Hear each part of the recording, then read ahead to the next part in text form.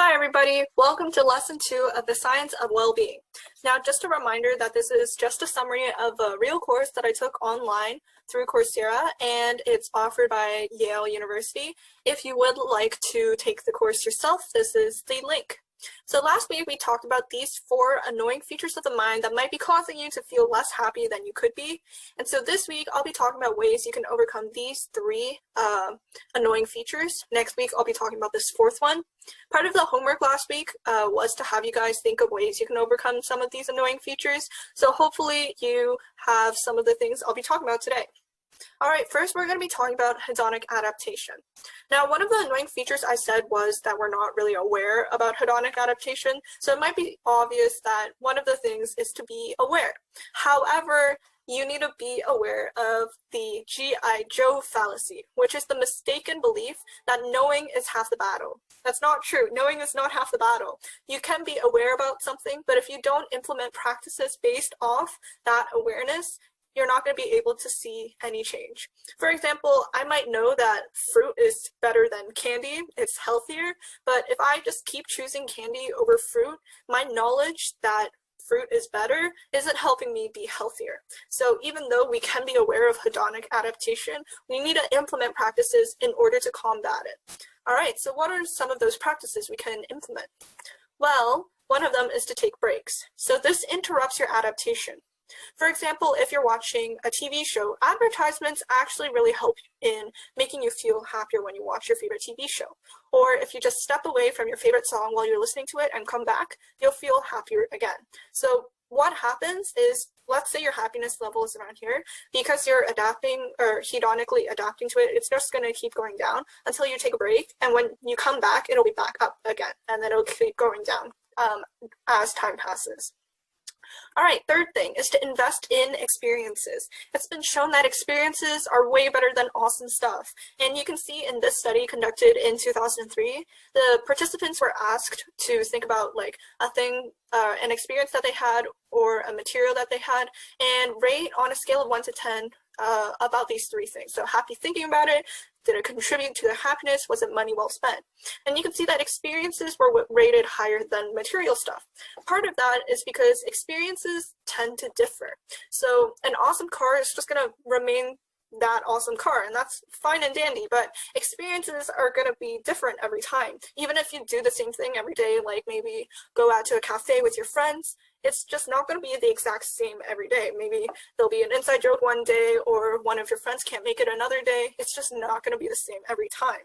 So experiences are way better. And one of the other things about experiences, it's that it feels so much better to talk about experiences with other people versus material stuff. So it feels way better talking about that awesome vacation you just went on versus about your awesome house that you just bought.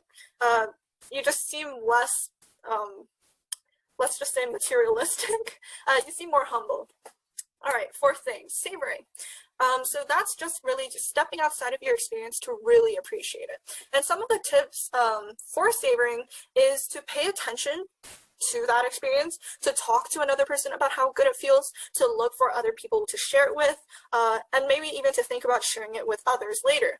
Other things that don't help with savoring include focusing on the future or telling yourself that it will be over soon, telling yourself that it's not as good as you hoped, and reminding yourself that nothing lasts forever. It's just really being in that present moment and appreciating whatever thing you are experiencing. Oh, one controversial thing about savoring, some people say taking pictures helps them, some say it doesn't.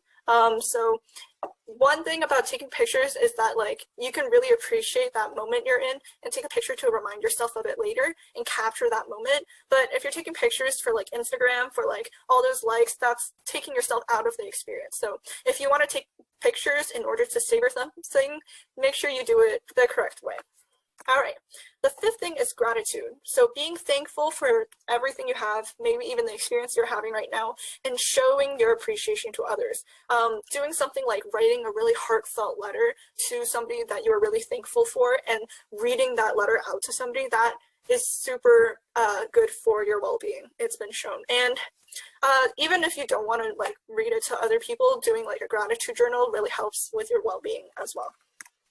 And finally, negative visualization. So this is just thinking, what if something bad had happened instead of said event, so a random event. So in this study conducted in 2008, Ku and al., he asked a bunch of couples to either write about how they met, so how the two of them met and started dating, and then asked the other half to write about how they could have never become a couple, how they could have never met, and what their life would be like if they hadn't. And so you can see their happiness rating is better when they were negatively visualizing what could have happened if they hadn't met. All right, that's hedonic adaptation. Let's go on to reference points. So with reference points, we want to reset them. So the first thing is awareness, once again, but again, be aware of the G.I. Joe fallacy. Knowing is not half the battle. You need to implement actual practices. So one of those practices is taking breaks, which is similar to hedonic adaptation. Hedonic adaptation and reference points can be linked, and you can see it in this solution.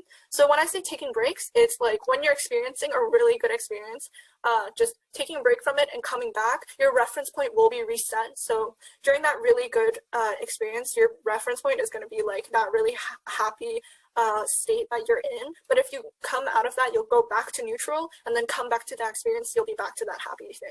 So that's just like what I talked about for hedonic adaptation on the previous slide. Other ways you can do it. One is to concretely observe. So take a really good look at what you want or the experience that you're in. Is it really as good or as bad as you think it is? So that's just objectively looking at something and trying to see it, not referencing it to anything else, just seeing it as it is by itself. Fourth thing is to re-experience your life. So as we grow up, like our reference points sort of change so that whatever present moment you are at, that is like your neutral. But for a lot of things, like it has gotten better in your life. So the example that Dr. Santos talked about when she was talking about this solution is that perhaps before you were working this like minimum wage job, and it was just not as good as an environment as it is in your job now.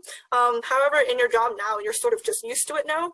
You've kind of forgotten what working at that minimum wage job might have been like, and so to re-experience what it used to be like, going back to that environment and sort of just like remembering how it used to be can help you really appreciate your life right now and make you feel better.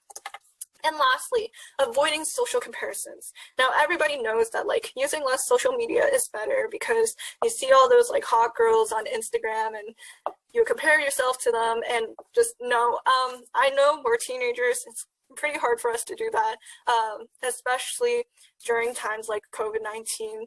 It's really hard to just delete all our social media or use it less. Although I do recommend it, there are other ways, and that's the combination of these three things. So first, being self-aware of your thoughts, realizing when you are socially comparing yourself with others, and then using this thing called STOP technique, which is used in cognitive behavioral therapy. It's when you notice that your thoughts are going somewhere that you don't want it to go, and then just diverting your thoughts somewhere else. So once you realize you're socially comparing yourself to somebody, thinking about something else. So thinking about maybe what do I want to eat for dinner, or what should I be doing right now, or just anything besides socially comparing yourself. It'll stop you from thinking about that thing and engaging with your thoughts and feeling worse. And finally, gratitude. So to divert your thoughts, you could do gratitude, feel thankful for something.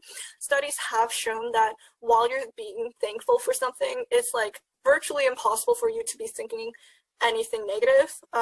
So when you are expressing gratitude, you really want to like feel that feeling of appreciation. Don't just be like, oh yeah, I'm grateful for like having a shelter over, having a roof over my head. Don't just say it, you really have to feel it. And one last note about taking breaks, I just want to say that it can be done the other way around as well. So if you're in a negative experience, don't take breaks, because your reference point is just going to be that like terrible state you're in during that time. And if you just power it through, you're going to sort of adapt to it the same way that you hedonically adapt to something. And so it's way better to not take breaks. For example, if you don't like exercising, and you take freaking breaks from it, you're gonna like be in that painful state, come out of it, feel neutral again, and then come back and feel that pain all over again, versus if you just power it through. And you'll be in that state, but your reference point isn't going to go back from neutral to bad again. All right, that's all I have for those 3 annoying features of the mind. Those are all the strategies that I have for today. Your homework today for this week is to try implementing at least one strategy to overcome hedonic adaptation and at least one strategy to reset a reference point. So good luck to you guys. I hope you guys enjoyed the lesson today, and I'll see you next week. Bye!